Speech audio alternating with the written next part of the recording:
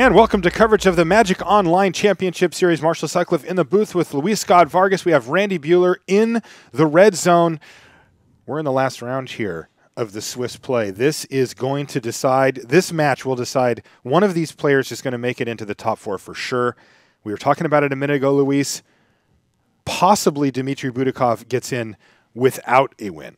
Yeah, Cory's lacking the good tiebreakers, so he's actually out with a loss. But Dmitry has got good enough breakers that he could still make it in even with a loss, and I think he would rather not rest his chances on that. Absolutely. And luckily for Dmitry, this is one of the better matchups for Esper.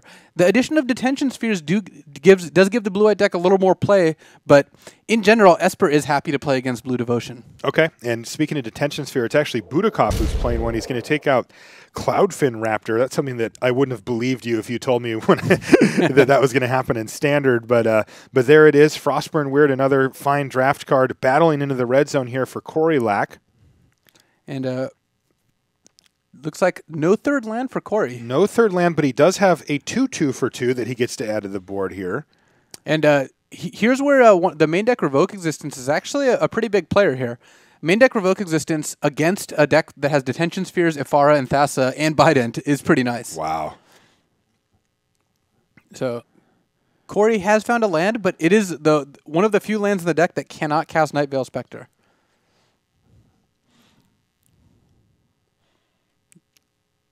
Unfortunately for Butakov, his hand is actually not that good. I mean, he's got looks like a Revelation for 1. That's his response. Once you see that, you know things are okay here.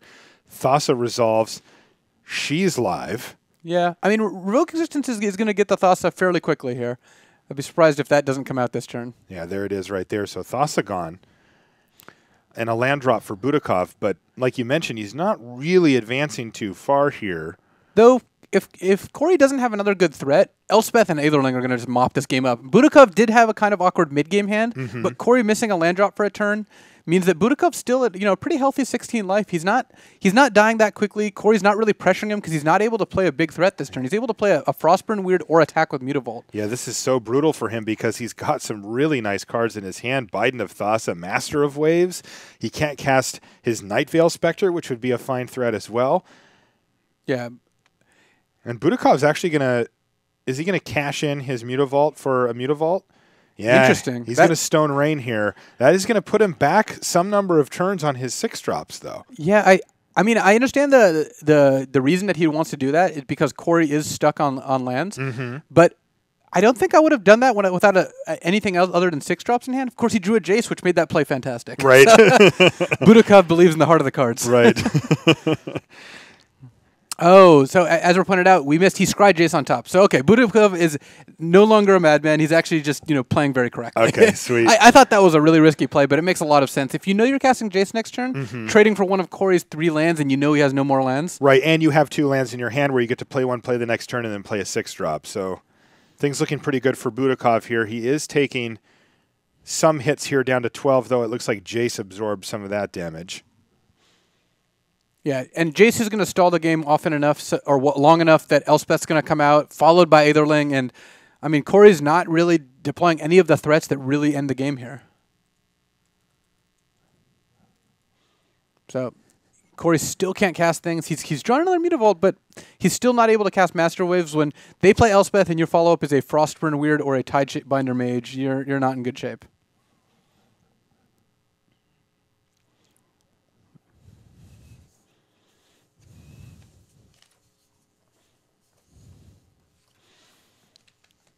And plus, once Jace starts minusing, then, it's not like Butakov's digging for anything that's in particular. He's just doing it for value because he knows he's not getting attacked by that oppressive of a force.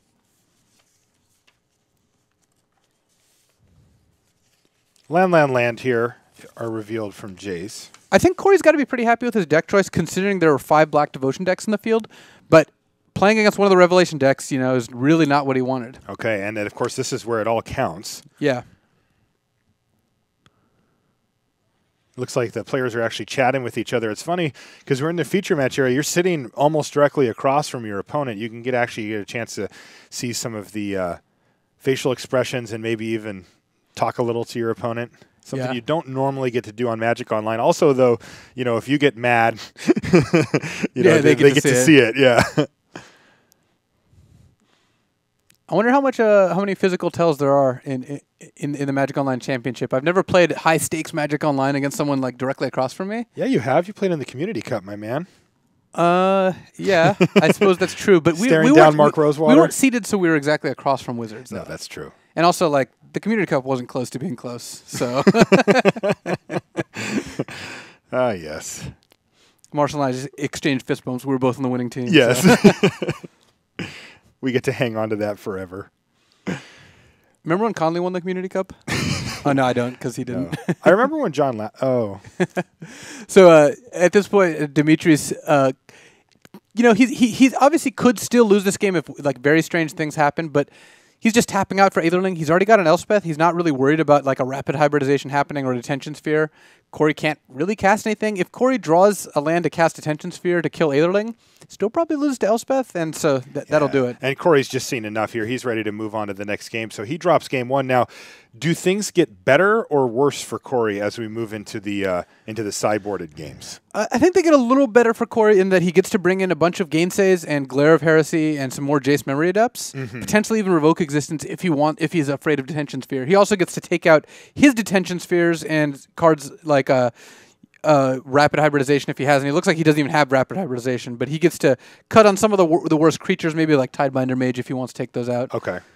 Butakov doesn't get to sideboard all that much in, but again, the matchup overall still favors Butakov. Even though it's better in game one, I think it's still overall, like, not only overall favored, but favored, and even in the post-board games, the Esper deck is favored. The problem is Cory doesn't have a very fast clock. His long game isn't as good, and he still has to, run into Wrath or Detention Sphere. This doesn't sound very good. Well, I mean, the Revelation decks are Blue Devotion's worst matchup. Blue Devotion is kind of built to play against red-green and is actually solid against mono-black, especially the Detention Sphere version.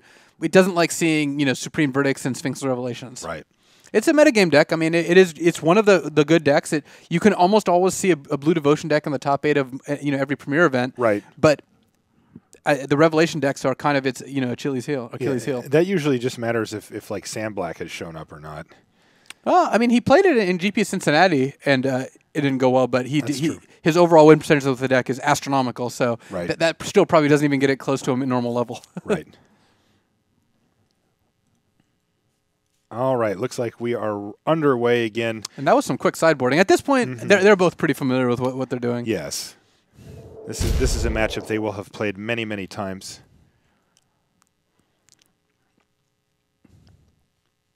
You can also take a look at the players there. Those are not photographs. Dmitriy We don't have Butakov. animatronics of each player. Well, I mean, he has a skeleton that's actually made of metal. Yeah. But he does move around sometimes. And Thoughtseize. Dmitriy resolving a Thoughtseize here, seeing a hand with currently 0 castable cards. So that's the good news. Yeah, Cory has no third land and no cards he can cast right now. But what do you think of Butakov's hand here? That's fine. I mean, he's going to want to scry a land at the top if he sees it, but he's got turn 3 Detention Sphere followed by Jace if he draws a land, followed by Detention Sphere if he doesn't. He's got Elspeth to finish things off, and he has a Revoke Existence, which again is just a very useful card in the matchup. Let's go ahead and see. He took a Thassa there, and this is a big sweat. Cory's, if he draws a land, which he did, he's going to get to play spells. Otherwise, this could have been a very, very short game. Cory also has Jace Memory Adept, which he boarded in, and Jace Memory Adept can finish the game very quickly. Okay. So, a nice one here for Cory. Butakov scryed planes to the top, it looks like. Yeah, it does look like that, and there is Detention Sphere to take down Nightveil Spectre and get that threat off the battlefield immediately. And unfortunately for Dmitriy, he can't cast a Jace next turn with the current mana he has. He's going to have 3 black-white lands, which is not going to be enough. So he's going to need an untapped blue source if that's his game plan. Now, Thassa, God of the Sea, though, hitting the table for Cory Lack, just really gives a target for Revoke Existence. Yeah, which I think that Dmitriy is going to cast. Dmitriy drawing another white source, so he still can't cast Jace. He's actually only 1 land away from being able to cast Elspeth. Cory did draw a land, scryed a land, and then is just going to slam Jace here. All right, so Cory, I mean, the problem, of course, is Detention Sphere. Yeah, which Dmitriy does have. And Cory's just going to go for incremental value, just +1ing the Jace, just getting an extra card off it while he can. So that basically means that he knows it's not going to stick. Yeah, he has to assume that he's not getting the three or four activations he would need to actually finish off the game. Now, does he bring in Revoke Existence or anything along those lines? Well, he has Revoke. I don't know if he brings it in. The plan of Jace Memory Adept plus Revoke Existence is kind of nice, but Revoke is not necessarily a card you want to draw a bunch of. Right. It's really only good against exactly one card in Dmitriy's deck, Detention Sphere. Right. Granted, that's an important card, so I wouldn't be surprised if Cory has Revoke, but he apparently does not have it this instant. He doesn't, and he's got a Master of Waves, but it's only going to produce one elemental token here. So, and you see a Godless Shrine, but that's actually Cory's hand still, because the Blue Devotion deck does get to play 2 Godless Shrines, because they're planes that cast Night Veil Spectre. Right. And Dmitriy drawing the last breath to kill the Master of Waves. Pretty crucial. Dmitry's going to drop down to 16 life here, but he's in pretty comfortable shape. Although he just drew another Jace. Actually can't cast anything this turn. I mean, he's in okay shape where he draws any blue source, he can cast Jace, and if he draws any untapped land, he can cast Elspeth. And he's only just getting hit by Mutavault, so I think Dmitry's still in good shape here, but for a turn is for a turn. He doesn't have a ton of time. Right. And if it's too late, then those Detention Spheres can kill soldier tokens and allow Dmitriy to die to Mutavaults. Temple of Enlightenment, of course, casts all the cards he's got, and Cory Peel's a very good card. Wow. So, currently, Dmitriy does not have an answer to Jace. He's got 2 Jaces of his own plus an Elspeth. And Cory's still plussing the Jace. What's the thinking there? I think that was there a card scryed at the top, maybe, or there may have been a card scryed at the top. Yeah, and it was a Sphinx's Revelation. So there was yes. Well, it could have been something scryed at the bottom still, but yes, okay, it is most likely. And here's Elspeth Sun's Champion, which is going to take the role now of pressuring Jace Memory Adept with tokens. Yeah, which is a little rough because I mean, Dmitriy has enough cards in his deck that Jace isn't going to outrace Elspeth without some help, but Cory has 2 Detention Spheres in hand. He can Detention Sphere away the Elspeth and use the Mutavaults to protect the Jace. Interesting. He also pluses Jace Memory Adept again here, so Jace is on 6. Yeah, Jace could have potentially ultimate this game. It is possible.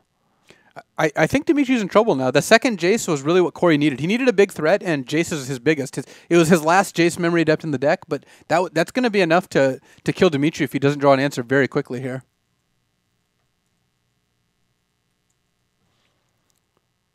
At this point, Cory could attack with Mutavault, but I don't know. It seems... I guess you could attack with 2 Mutavaults and leave 1 Mutavault back. That seems okay. I might be tempted just to keep my Mutavaults back, though. Okay. Though I suppose once you get rid of the soldier tokens, you could start attacking more, but Jace is kind of your win condition now. You don't want to get into a situation where Mutavault gets Doombladed. Speaking of Jace. And Dmitriy actually drew a pretty good one. Revoke Existence will free Elspeth. Mm-hmm. Unfortunately, Dmitriy has another Detention Sphere in hand, but if Cory has another Detention Sphere, because Dmitriy is able to get Elspeth back, get 3 more tokens, he still can't actually get by 3 Mutavaults. 6 tokens against 3 Mutavaults isn't a winning fight for the tokens. Right.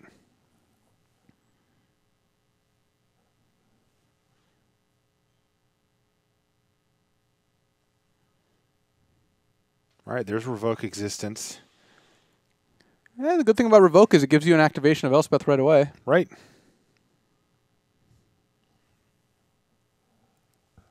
So no attack this turn with the tokens, but next turn he can start committing some serious resources. Oh, interesting. Here's Master of Waves. That would make 3 tokens? 4 tokens now? Yeah, it looks like 3 tokens right now. Well, he just drew Judge's Familiar. Oh, if he plays the Judge's Familiar first, yeah. He plus Jace again to draw that. Well, Jace is now actually getting to the point where he can just draw 20 cards if he really wants to. Yeah. I mean, how good is that really, though? Like, it's pretty good. I mean, 20 cards I know it is a sounds lot. ridiculous to ask that, but I mean, you basically get like 7 perfect cards. Yeah, it's true that you don't get to play all the cards. He's got enough mana. I mean, Cory has right now, he had 9 lands. He's going to be able to play his 10th, obviously. I don't think it's unreasonable. It looks like Cory's actually just leaving Elspeth alive temporarily, killing all the tokens, and just going to activate 3 Mutavaults to attack Elspeth. I would imagine the Elspeth is what he's attacking. I mean, he could attack Jace and Dmitriy here, but it seems like killing Elspeth is probably the safest. Let's see what he's doing. Elspeth.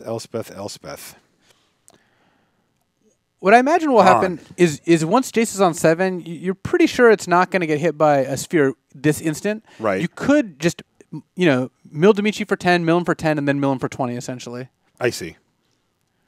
Dmitri's in trouble. I mean, he is. He's got another game. He's got a game to give here, but he's still gonna be down this game pretty quickly if he doesn't find an answer to that Jace. Granted, if he finds the answer to the Jace, he's actually not in terrible shape because he's got a bunch of Supreme Verdicts. Though I guess 3 Mutavaults is actually going to kill him too. So. It will. But when does Cory just start putting the pedal to the metal on Jace here? Probably this next turn is my guess. Cory doesn't really need a ton more. I mean, he needs to finish this game, but yeah. And it looks like another Jace is coming out, and Dmitri's probably just going to have to minus it. Well, he finds the sphere. He even picks up a Scryland to go with it. So does this change what Cory does then? Well, I mean, Jace is gone, so he's probably not activating Jace. Oh, it's gone this turn. Sorry, I forgot he had the 3 mana available. Yeah, that will change. Yeah, so it does change. But actually, so are we on Mutavault? No, actually, now? Cory actually has lethal now. He does? Oh, because the Mutavaults he can get play pumped by Master of Waves. So yeah, he's actually just gonna. Now that Dmitri's tapped out, I mean, Jace didn't ultimately kill Dmitriy, but Jace forced Dmitriy to jump through all these hoops instead of just plussing his own Jaces. Now you just cast Master of Waves and attack for 10. And attack with all 3 Mutavaults for 3, 6, 9 plus Judge's Familiar equals 10. Yep. So Jace did his job, even if it wasn't exactly per description. Yeah, no, I mean, Jace didn't mill Dmitriy out, but it did end up winning Cory the game. And not only did it waste a lot of Dmitri's time and energy, it drew Cory a bunch of extra cards. It drew him like 5 extra cards or 4 extra cards. Yeah, it did. Over the course of the 2 Jaces. So Cory ends up in a pretty good spot as a result. And that game could have been really bad for Cory. I mean, if he misses his 3rd land drop there, game's completely different. But it was a good hand to keep because it had a Scryland and it had a bunch of good threats. All right, so there's happy Cory there, as he picks up the win to force a decider here. Remember, these players are essentially playing for – this is a win and in. Yeah. For Cory especially. I mean, it gets a little complicated with It's Dmitriy. a win and in for both. Yes. But it's a lose and out for Cory. Right. It's a lose and maybe in for Dmitriy. Right. So it gets a little sketchy there. But this is a win and in. Randy, you got something over at the red zone for us? Sure. Been watching the match between Runa Anderson and Andre Strosky. This is to see maybe tiebreakers is good enough to be relevant. Andre can definitely get involved in the tie for 4th place if he wins this. But Runa Anderson would like the $2,000 for being 4th through 8th. He plays Dmitriy Butakov, if we can go down to the red zone computer. He plays Dmitriy Butakov off of Sylvan Caryatid. He's playing, the big Naya deck. His opponent is on Mono Blue, is on Esper Control. Andre hoping he can get there, but now down comes Pelucranos, and Dmitriy just gets out of control here. Jace is digging for answers, but Stormbreath Dragon joins Pelucranos. Dmitriy goes ultimate, and Dmitriy died to Detention Sphere, but it just doesn't matter. Stormbreath Dragon plus Pelucranos is enough to get it done, and Runa knocks Andre out of the potential tie for 4th and tries to make sure he's in the top 8 himself. So Runa Anderson wins that match 2-0. All right, thanks, Randy. We've got a. Ooh, it looks like they're ready to go here. Let me get back down into the match, and we are underway. So, Thoughtseize for Dmitriy Butakov. Let's see what it reveals here.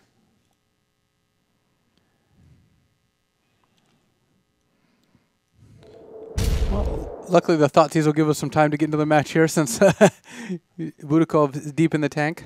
That's right. He's deciding and writing and doing all of those things. Cory Lack has Temple of Enlightenment for his turn 1 play. Though, I mean, how much has he changed his deck? Does he have a lot of 1-drops left in there? Does he still play Cloudfin Raptors and all that? I don't think Cloudfin Raptor is all that special or all that great when you don't want to get Supreme Verdicted, and he needs to make room. If you take out other creatures, it also makes Raptor weaker. I think Dmitriy, it makes the logical choice of taking the Night Veil Spectre, leaving Cory with Gainsay, Glare. Gainsay, Glare, and 3 lands. And, well, luckily for Cory, he drew a Frostmourne Root. He might have scratched it to the top as well, but either way, he needed a threat. He's got 2 counterspells and an answer card in his hand. He needs a threat. Okay. Now, Frostburn Weird's a little bit of an awkward threat when you're trying to leave up counterspell. Right. But, Dmitriy knows about these counters, so you do want to leave them up if you can. Right. And a Judge's Familiar is decent, I suppose. If we can take a look at Dmitriy's hand here, we're going to be able to see kind of like what he's hoping to answer with. And it's got the Supreme Verdict, so if Cory plays Judge's Familiar, then Supreme Verdict's going to be very good. It looks like Cory's just going to be content to hit for 2 for a little while. Potentially 3 this turn. I don't think Dmitriy's going to want to Supreme Verdict with just a Frostburn Weird, especially since he can survive a couple more hits without much incident. But at some point, he is going to need to deal with Frostburn Weird. He can't take 4 damage a turn indefinitely. And Cory's going to want to make sure Jace doesn't resolve, so I assume he's going to want to leave up Gainsay while he can. And Last Breath is actually kind of interesting. You can just Last Breath the Frostburn Weird here because Godless Shrine can't pump Frostburn Weird. If Dmitriy Last Breaths Frostburn Weird, Cory's got to have like a negate or something, so I think Dmitriy just goes for it. Okay. Just keep his Supreme Verdicts for later. He can still play his Temple if he wants because Jace Memory Adept, costs 5. He's not going to be able to resolve it through Dmitriy's Syncopate, so I like just playing the Temple, passing. Dmitriy's got to be feeling decent at least. I mean, he doesn't have anything going on, but he's got Syncopate and Supreme Verdict, and Cory, he knows 3 of Cory's cards. Now, he just peeled Master of Waves. How does that change things here? It's decent. Cory now has decided whether he wants to play the Judge's Familiar as well as the Master. He could also not play the Master and not tap out, but if he's not tapping out and just passing the turn, that doesn't seem like a winning strategy. Right. So I don't know if I would drop the Judge's Familiar along with the Master. I think the Master is going to be cast one way or the other, but the fact that the Master is only 4 damage a turn means that I could see an incentive to dropping the Master. And it looks like he's just going to keep double Gainsay up, have the 1 Judge's Familiar. Interesting. So he is worried about, Syncopate, but any other number of things. He's mostly worried about the Supreme Verdict, I think. That's right. And here is ultimate price there for Dmitriy, giving him a nice backup plan that gets around Gainsay as well. Cory really needs to find like a Mutavault. That would actually be one of his better draws. Yeah. Because he wants to pressure Dmitriy. He's not really doing that with Judge's Familiar. And at this point, keeping up Gainsay's is good, but you're not really getting anywhere. Is Dmitriy really going to just Detention Sphere Judge's Familiar? Wow. I actually understand. Respect. I understand this. He knows that Cory has Glare of Heresy, double Gainsay in hand.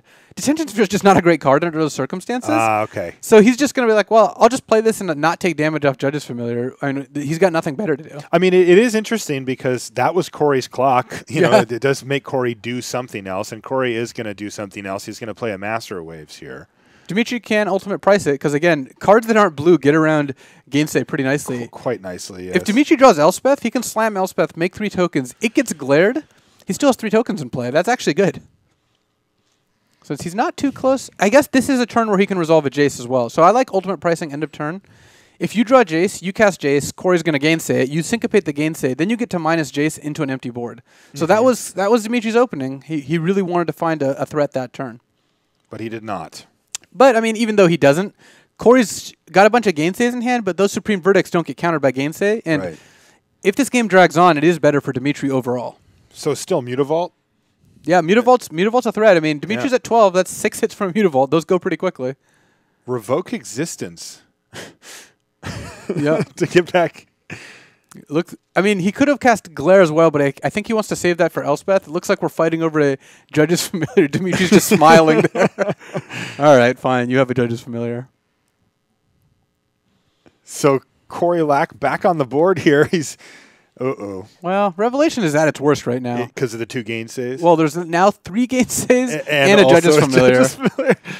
So I don't think that Revelation's resolving. What it does mean is if Cory ever taps out for something, if, for example, Cory plays a card, Dmitriy syncopates it, Cory Gainsays it, Dmitriy can untap and cast a Revelation for a pretty decent amount. Looks like Dmitriy's just going to, make Cory discard a Gainsay here. He's going to cast a Revelation for 2. There's no way Cory doesn't Gainsay that. Those things happen. All right.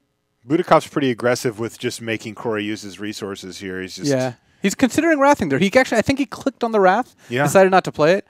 Cory's now deciding just to Judge's Familiar for 1 every turn. This is insane. This is a 10-turn clock after this. All right. Once he plays a second Judge's Familiar, Butakov is instantly wrathing. There's no way he can't. But I don't think Cory can sit there. If he's not drawing the Mutavaults he needs, and if he just sits there forever and Dmitriy draws Scry lands and just plays lands, it's not good for Cory. So the longer this game goes, the worse it gets. Dmitriy definitely wrathing. And I like that Cory didn't try to counter with Judges from there. It just wastes everyone's time.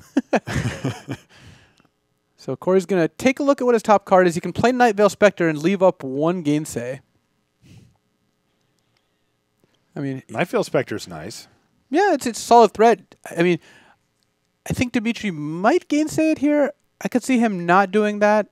He knows it's going to get gainsayed back, but trading gainsays is generally good, I think, because Dmitriy is the one with the more mana, hungry cards in his deck. So he wants to trade away gainsays, and then, wow, Cory did not fight back. Well, Syncopate it would not do it. Yeah, weird.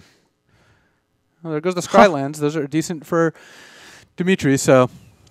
I mean, Dmitriy's goal is to find now an Elspeth or a Sphinx's Revelation, or even actually a Jace Architect of Thought. Anything that can progress his board here. I definitely like syncopating this for 5 if you can. I mean, you're going to get gainsayed, but Syncopate is losing value so quickly. Right. I think just tapping, being able to cast your 6-drop now is good. We're getting to the point where Cory's outspelling Dmitriy, though.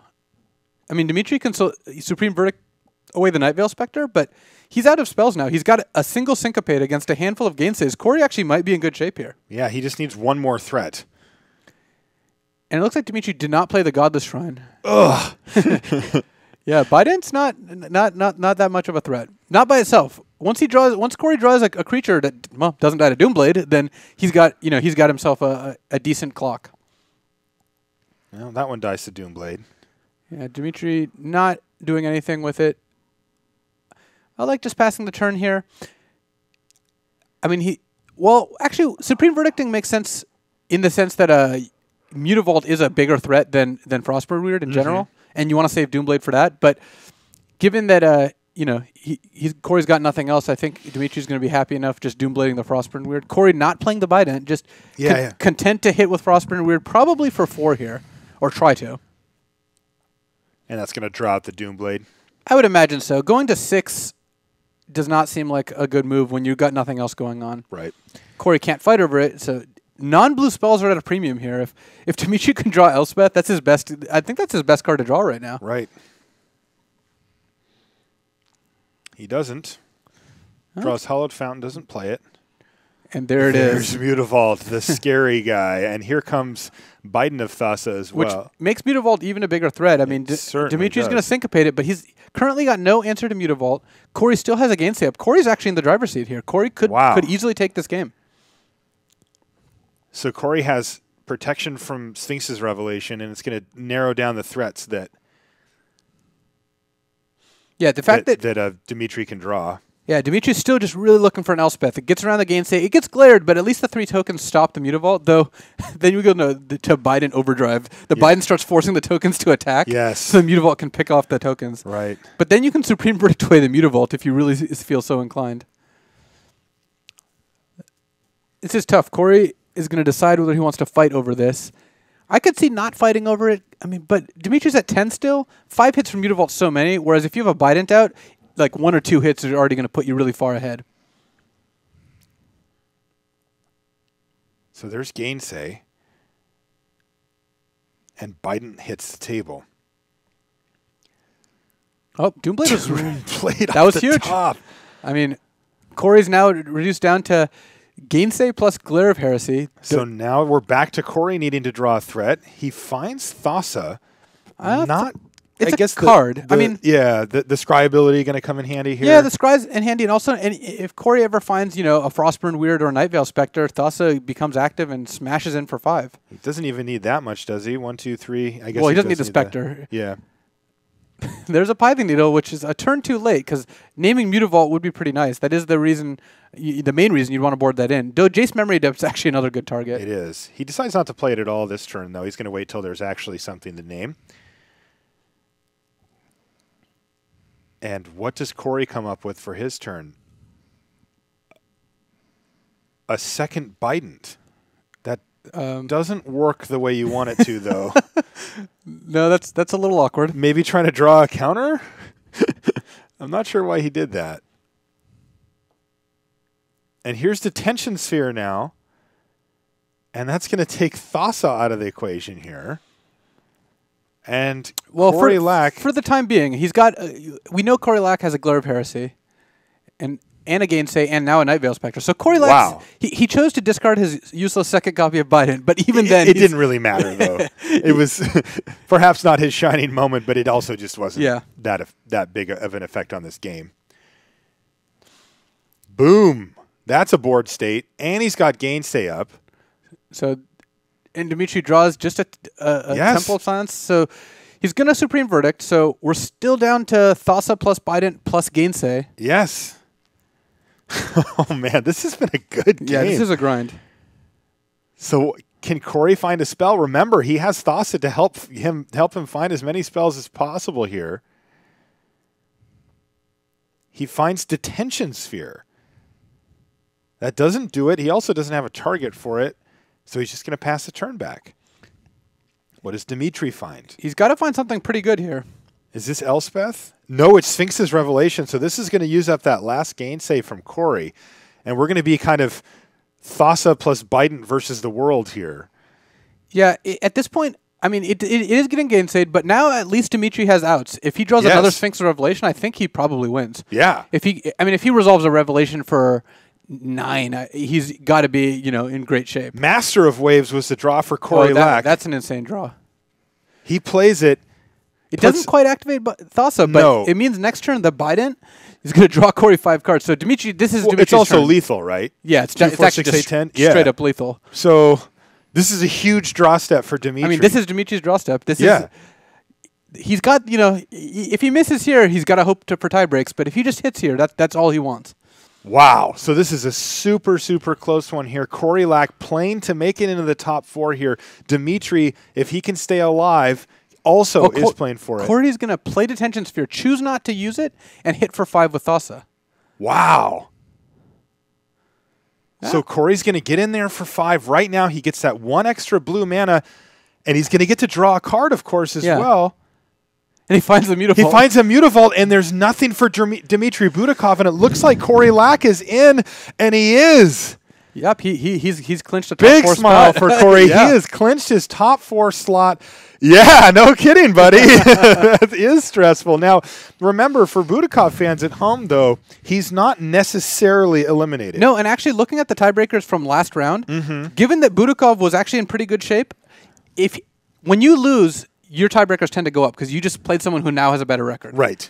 And he's facing against people who are going to have won their round, making their opponent's tiebreakers worse, or making their breakers worse because they just beat their opponent. I think Budakov's actually got a decent shot. Okay, so we're going to stay for that. Marshall Sutcliffe here with Luis Scott Vargas, and we are entering this final stage. We're keeping an eye on the matches, and we're trying to get everything sorted out as far as our top 4 goes, but we still got 3 more outstanding matches. We're going to be bringing you an interview with Cory once they're set down there. I've got Randy in the red zone. We're going to have a top 4 announcement, so a lot of stuff is going to be crammed into a short period of time as we make our way to the end of the tournament here. Yeah, and if you couldn't hear that from the booth, that was that match was the sound of a lot of other people's hopes and dreams being crushed. Yes. They all needed Cory to lose there to have a good shot. Right, and so Cory's super, super happy. He's in. Who else do we have in there already? We have Lars is in. And Tomasz. And Tomasz is also in, so there's 3 slots. And then the last slot is going to be, some number of the people who have 6 losses. Okay, so we are very, very close. Like I said, we're going to be getting the interview once they're ready to go down there.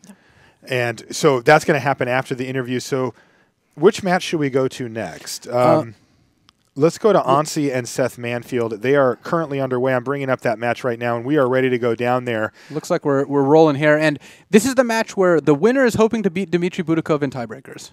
Okay. And remember, Ansi Alkio, he is playing Dredge. He's playing the green-black Dredge deck. He's got a Deathrite Shaman on the battlefield right now. It's still the early stages. I'm going to get the match score update for you as well once we have that. In the meantime, it looks like we're in a game 3.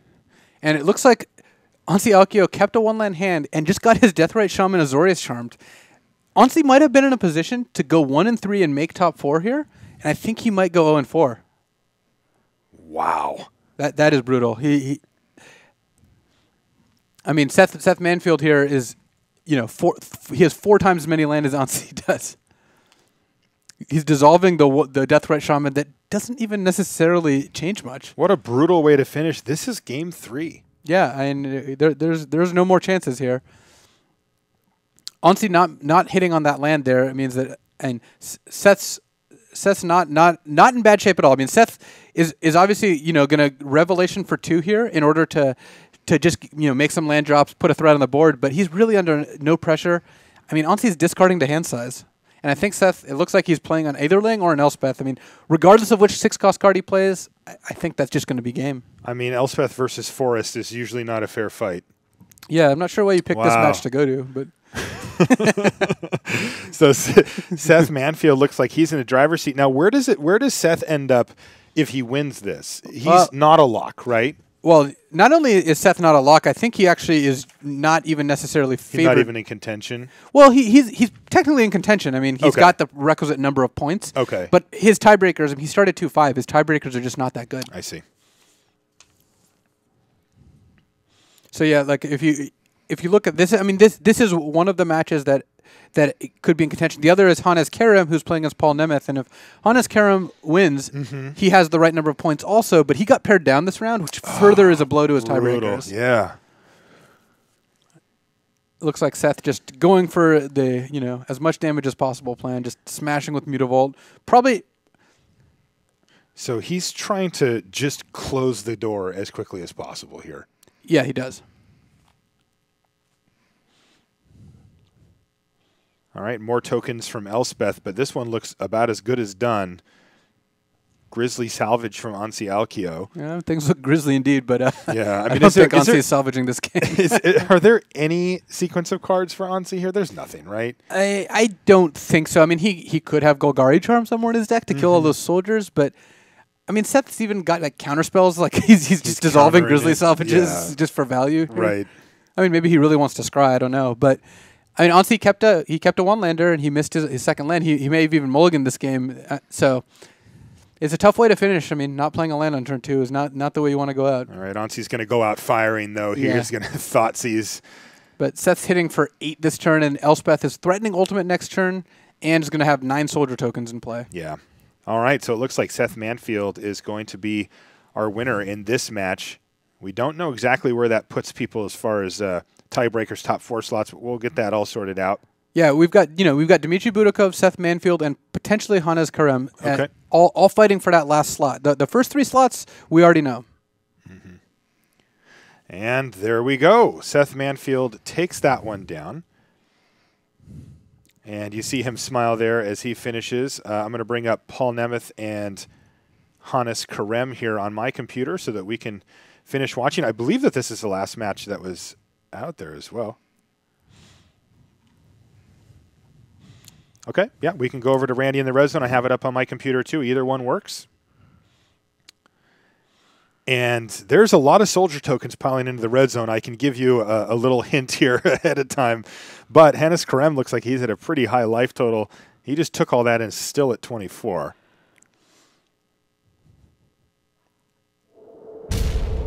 All right, there we are.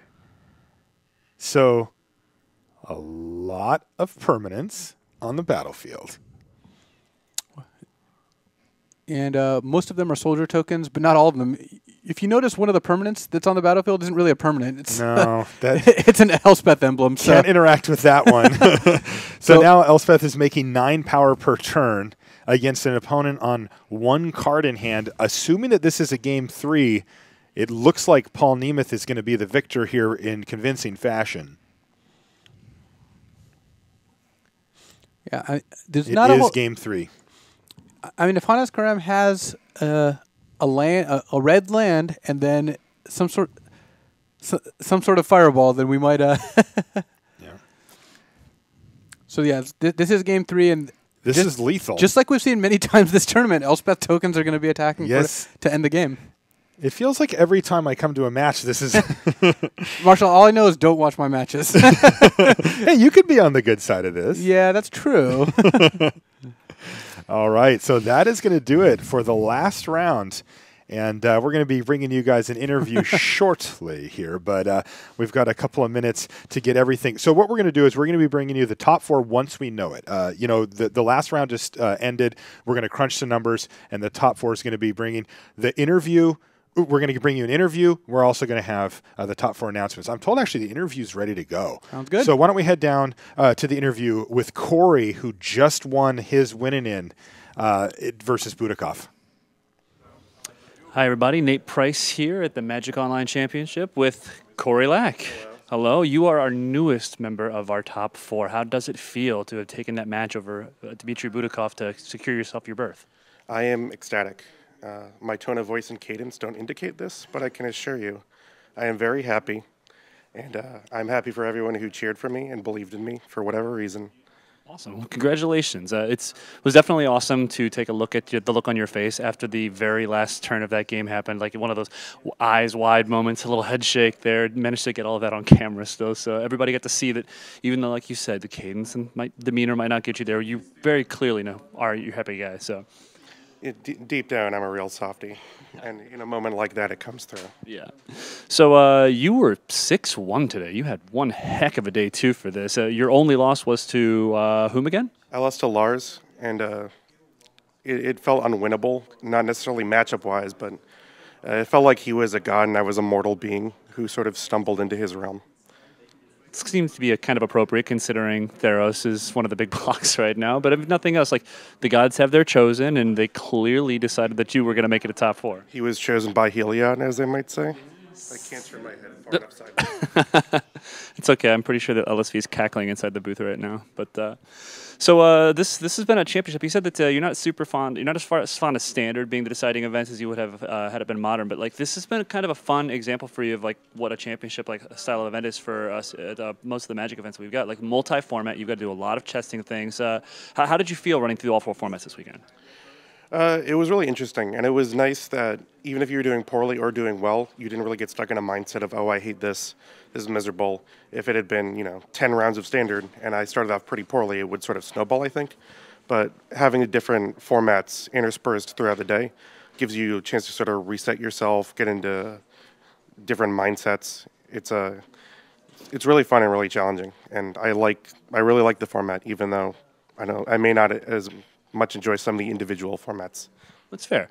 So you've been on both the dishing and receiving end of some of the best moments that we've had a chance to watch this weekend. Like, you've had 14 rounds of this. What's your favorite moment so far, beyond just making the top 4, Magic-wise, of the things you've done this weekend? The 2 that come to mind are Rude Awakening and Rakdos' Return. The Rakdos' Return, I cast off a Godless Shrine that I was playing in my Blue-White Devotion deck, and the Stomping Ground I took from him along with the Rakdos' Return. That one was pretty fun. And the Rude Awakening in round 3, where I thought I was going to win, and then Bruno drew Living Death, and I thought I was going to lose, and I drew Rude Awakening. I went from complete elation to total despair and back again in 30 seconds. You made Marshall Sutcliffe a very happy man. He was watching the Rakdos Return play. As soon as he saw that card get stolen, he's like, I want that to be cast so bad. And everyone else like, no, there's no chance it's going to happen. As you got the lands off of the top, he just like starts giggling uncontrollably. It's a lot of fun. I think you made a lot of people really, really enjoy watching you this weekend. So good job. Thank you. I'm glad to be the crowd favorites. That's awesome. Well, looks like we've got to figure out who our 4th member of the top 4 is now that things have kind of pared themselves down. There's a possibility it could be your opponent this last round, Dmitriy Butakov, the returning RoboCop of the Magic Online. Is he the reboot of RoboCop or sort of a sequel to the original RoboCop? It might be the trequel, if it will be. Yeah, but we'll find out here soon. It's been fun talking to you. Congratulations, and you're very welcome. That wasn't a handshake, it is now. It's okay, we kept it below the screen. So, all right, and appreciate it. Again, here with Cory Lack. Nice to talk to you, and send it back to the booth.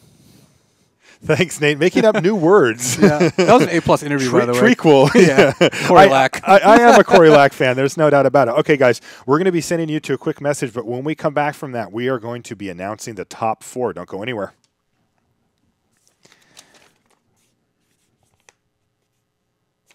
Scars of Mirrodin flashback drafts are going on right now on Magic Online. Flashback draft events continue throughout April, with each week featuring a different draft format from Magic's past. Visit mtgo.com for more information. Possess the power of Vintage Masters. Available exclusively on Magic Online, Vintage Masters contains Black Lotus, Time Walk, Ancestral Recall, the 5 Moxes, and more. Vintage Masters pre-releases start June 13th on Magic Online. Visit mtgo.com for more information. All right, guys, welcome back to the booth. We have it. Luis, it is time for our top 4 announcement. So let's bring up the bracket, and what we're going to do is we're going to fill it in one name at a time. Remember, we're doing only top 4 here. This is a cut. We're coming back tomorrow at noon to watch these players duke it out in Standard to see who's our Magic Online champion for the year. So who's the first one in our top 8? It's Lars Dom. He has been at the top of the standings the whole time. Yep, he completely dominated this event. Yeah, he is absolutely crushed so far. The question is, can he finish, right? It's a cut. It's a new tournament starting tomorrow. Who's number 2? Number 2, Tomasz Glied, had a rocky part in the middle there, but was able to power through and ends second seed going into top 4. And locked up his slot even before the last round. Yes, he did. So him and Lars Dom were one cut above everybody else. Who is our third? We just talked to him. Cory Lack. He's going to be playing Tomasz Glied tomorrow in his semifinal match. Cory, fan favorite. Doesn't show his emotions as much, but they're there, he assures us. I like that interview. Yeah, I did too. And who is our 4th player? This is the big question. It is Dmitriy Butakov. He gets in. We were talking about it. He lost his last round. He's in anyway. The losing in is a nice one, That is especially when you bad. don't know what's going to happen. I mean, Yeah. he knew the possibility, but obviously you're not certain until it is actually announced, and it is a nice feeling. You go from like, man, I got crushed, this sucks, to wait, I'm in anyway. Yeah, Awesome. and I mean, this is a big story as well. Think about it. Dmitriy Butakov is our returning Magic Online champion from last year. He has a chance to run it back. Well, if he wins this, he's demonstrated a loop, and then he just wins all the And he Magic can Online just keep championships. doing it. Just We'll- go infinite. I'll ask our head judge, Toby Elliott, about that later. But for now, he'll have to settle for back-to-back wins if that were to happen. And, I mean, what an incredible – we are talking all the time about how good the prizes are here, $25,000. But one of the great things you get are the fact that you also get a seat in the next years. I mean, imagine if Butakov runs it back. That's insane. Yeah, that would be insane. All right, so why don't we take a look at our final standings so you can see, if you were following along at home, where everybody finished here. So we just went over our top 4. Rounding out our top 8 is Seth Manfield, just outside. He had the same record as Dmitriy Butakov. Worst tiebreakers, wasn't able to get in. A pretty fantastic day today. He went 6-1 today. Yes. But he needed the 7-0 sweep in order to make top 4. Pretty tough, but a very solid finish for him. Anssi Alkio from Finland, along with Rune, Hannes, Paul Nemeth, and Andre Strasky, all sitting at 7-7, though there is a cut in pay between Hannes Karem and Paul Nemeth there.